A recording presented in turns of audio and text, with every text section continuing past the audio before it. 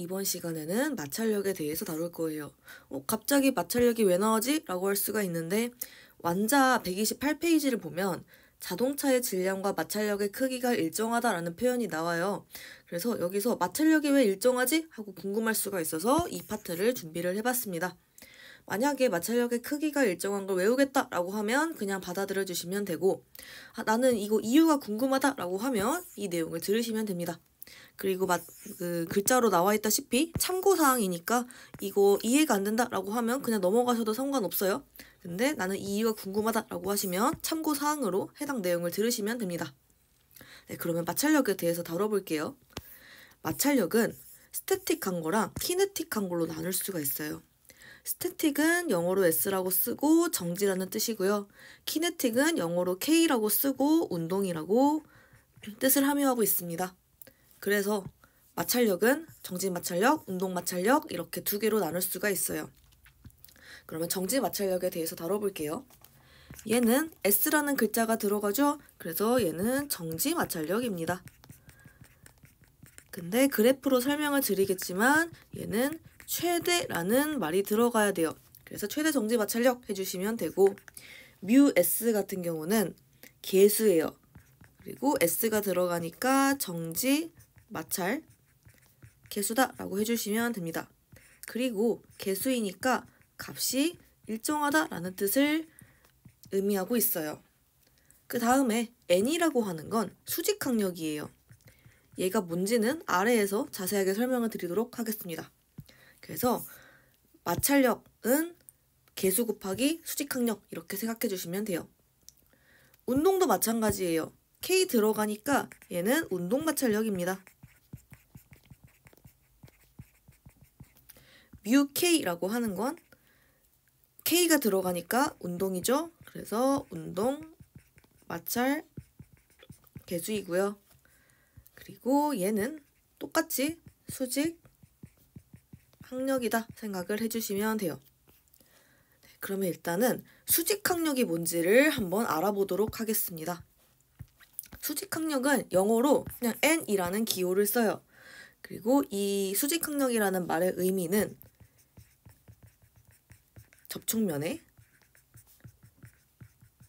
수직으로 작용하는 힘 이런 뜻을 갖고 있습니다. 그래서 무언가를 떠받드는 힘 이렇게 생각해 주시면 돼요. 그래서 물체를 떠받든다 생각해 주시면 되는데 여기서 주의해야 될 게 수직으로 작용을 하는 거예요. 그래서 우리가 보통 이렇게 책상 같은 면을 떠올려요. 그래서 이렇게 중력이 작용하니까 얘가 정지해 있으려면 이쪽으로 떠받드는 힘이 작용하니까 수직항력은 이렇게 되겠네 해서 이게 수직항력 생각하시면 되고 얘가 mg다 라고 생각해 주시면 돼요. 그래서 보통 이런 상황을 많이 마주하기 때문에 수직항력은 항상 지면을 기준으로 90도구나 라고 생각을 할 수가 있어요. 하지만 수직항력은 항상 90도는 아니에요. 접촉면에 수직으로 작용을 하기 때문에 반드시 지표면과 수직이다 이런 말은 틀린 말이에요. 그래서 지표면이 이렇게 생겼을 때는 수직항력이 지표면과 수직인 게 맞지만 이렇게 비스듬한 면이 있을 때는 수직항력은 이 지표면과 수직이 아니고요. 이 지표면과 수직이 아닌 비스듬한 방향이다 생각해 주시면 돼요. 그래서 이때는 이제 중력이랑 수직항력이 똑같은 값이지만 이러한 경우에는 앞 시간에 배웠던 거랑 마찬가지로 중력을 쪼개야 합니다. 중력을 쪼개시는데 90도로 쪼개야 돼요. 그래서 여기 90도 해주면 되고 지면이랑 평행한 건 고려하지 마세요. 얘 고려하지 말고 얘만 고려하는 겁니다. 지금 이 지표면과 수직인 중력값만 고려를 해요. 그래서 이 값이랑 수직항력이 똑같습니다. 그래서 이 노란색 값이 뭔지는 모르겠지만 어쨌든 얘가 n이다 라고 간주할 수가 있고 이 값보다 당연히 이 노란색 값이 작겠죠? 네, 비스듬한 것보다 수직인 게 작아요. 그래서 n이 무슨 값인지는 지금 계산 못해도 괜찮아요. 하지만 계산을 못해도 되지만 얘는 적어도 mg라는 값보다는 작겠구나라는 건 우리가 판단할 수가 있어요. 그래서 수직항력은 반드시 중력과 크기가 같은 건 아니고 접촉면의 수직이기 때문에 반드시 접촉면의 수직인 것이 지표면과 수직인 건 아니다 라고 생각해 주시면 됩니다. 그래서 수직항력이라고 하는 건 떠받든다 라고 생각해 주시면 돼요. 네, 그러면 이 내용을 기반으로 한번 마찰력에 대한 그래프를 그려보도록 하겠습니다. 지금 마찰력이 있는데 처음부터 이렇게 해서 물체에 힘을 가한다고 가정해 볼게요. 물체에 힘을 가하고 있는데 처음에 힘이 약해요. 힘이 약하면 물체를 아무리 힘을 땡겨도 움직이질 않습니다. 그래서 처음에는 힘이 약하면 물체가 움직이질 않아요. 정지 있습니다. 그래서 얘는 정지하는 구간이에요. 하지만 물체를 점차적으로 땡긴다고 해볼게요. 물체를 정말 많은 힘으로 당기면 언젠가는 물체가 이동을 할 거예요. 그렇기 때문에 물체가 가만히 있으면 정지. 하지만 물체에 힘을 많이 가하면 정말 많은 힘이 가해지니 결국은 움직일 겁니다. 그래서 여기는 운동하는 상태예요. 그러면 추측할 수 있는 게 여기는 정지 마찰력이고 여기는 운동 마찰력이겠구나 라고 생각을 해줄 수가 있습니다. 그러면 정지 있는 상황인데 내가 가한 힘과 마찰력이 평행을 이루어야 정지를 하겠죠. 그래서 내가 가한 힘, 얘라면 지금 마찰력이 이쪽으로 작용을 해야 얘네들이 똑같은 크기를 가져야 정지한 상황일 거예요. 그래서 얘네들 같은 경우는 y는 x 그래프입니다. 즉 내가 가한 힘과 마찰력이 똑같아서 정지해 있는 상황이에요. 그래서 계속 y는 x 그래프 형태로 쭉 올라가고 있습니다. 하지만 어느 순간 정지해 있지 않고 움직이겠죠? 그래서 움직이는 순간은 탁 이렇게 그래프가 꺾여요. 그래프가 꺾여서 좀 더 아래쪽에서 완전 기울기가 0인 그래프로 바뀌게 됩니다. 그래서 얘는 기울기가 0이다 라고 판단해 주시면 돼요. 그리고 마찰력과 물체의 가한 힘이 똑같아야겠죠? 똑같아야 되다 보니까 이 값이 바로 최대 정지 마찰력인데 이 fs 값은 y는 x 그래프니까 여기는 최대 정지 마찰력 이렇게 됩니다. 그리고 여기는 운동 마찰력이죠? 그래서 운동 마찰력이니까 이 값은 fk라는 값이 돼요. 그래서 이 y는 x라는 그래프의 뜻이 내가 물체의 가한 힘이 마찰력이에요 라는 뜻이에요. 당연히 정지 마찰력이겠죠. 그리고 이 지점, 이 지점이 바로 최대 정지 마찰력이다 라고 생각을 해주시면 돼요. 그래서 최대 정지 마찰력은 fs라고 쓰고 얘는 µs 곱하기 n 이렇게 쓴다고 했고, 그리고 여기 운동 마찰력이죠. 여기는 fk라고 쓰고 µs 곱하기 n이라고 쓰는 상황이에요. 근데 수직항력이라는 걸 봤을 때 지면의 기울기가 일정하죠. 그래서 지면의 기울기 일정, 그리고 m, g값 동일하다라고 해볼게요. 물체 변하지 않았고 중력과 속도 안 변했고, 그리고 지면 기울기는 한번 결정됐으면 끝이에요. 안 변해요. 모두가 동일한 상황이면 수직항력은 일정하겠죠. 그렇기 때문에 여기서도 수직항력이 일정합니다. 수직항력이 일정해요. 근데 이걸 비교를 했을 때 fs 값이 fk 값보다 커요. 근데 수직항력은 일정하다고 합니다. 그래서 이걸 통해서 알 수 있는 정보가 µs가 µk보다 크다라는 표현을 이제 우리가 알 수가 있어요. 그리고 제가 여기다가 k라고 써야 되네요. kk 맞춰야 되고 ss 맞춰야 됩니다. 그래서 이 그래프를 통해 알 수 있는 게 정지 마찰 개수가 운동 마찰 개수보다 크구나 라는 걸 우리가 알 수가 있어요. 이거는 일상생활 속에서 직접 물건을 움직이면 알 수가 있는데, 물건을 움직이고 싶어서 계속 힘을 크게 잡아당기려고 해요. 그래서 힘을 점차적으로 크게 가하고 있는데 물체가 안 움직입니다. 하지만 어느 순간 물체가 팍 움직일 때가 있거든요. 그래서 팍 움직이면 상대적으로 적은 힘을 가해도 물체가 좀 움직이는 걸 느껴볼 수가 있어요. 그래서 그 상황을 떠올리시면서 이 그래프를 이해해 주시면 되세요. 그러니까 다시 한번 설명을 드리면 이 물체를 움직이기 위해서 점차적으로 힘을 가하는데 안 움직여요. 더 가하고 더 가하는데 끝까지 가해도 안 움직여요. 근데 어느 순간 팍 하면서 움직이거든요. 근데 그때 팍 하면서 움직일 때 상대적으로 힘을 덜 가해도 좀 잘 물체가 움직이는 걸 알 수 있을 거예요.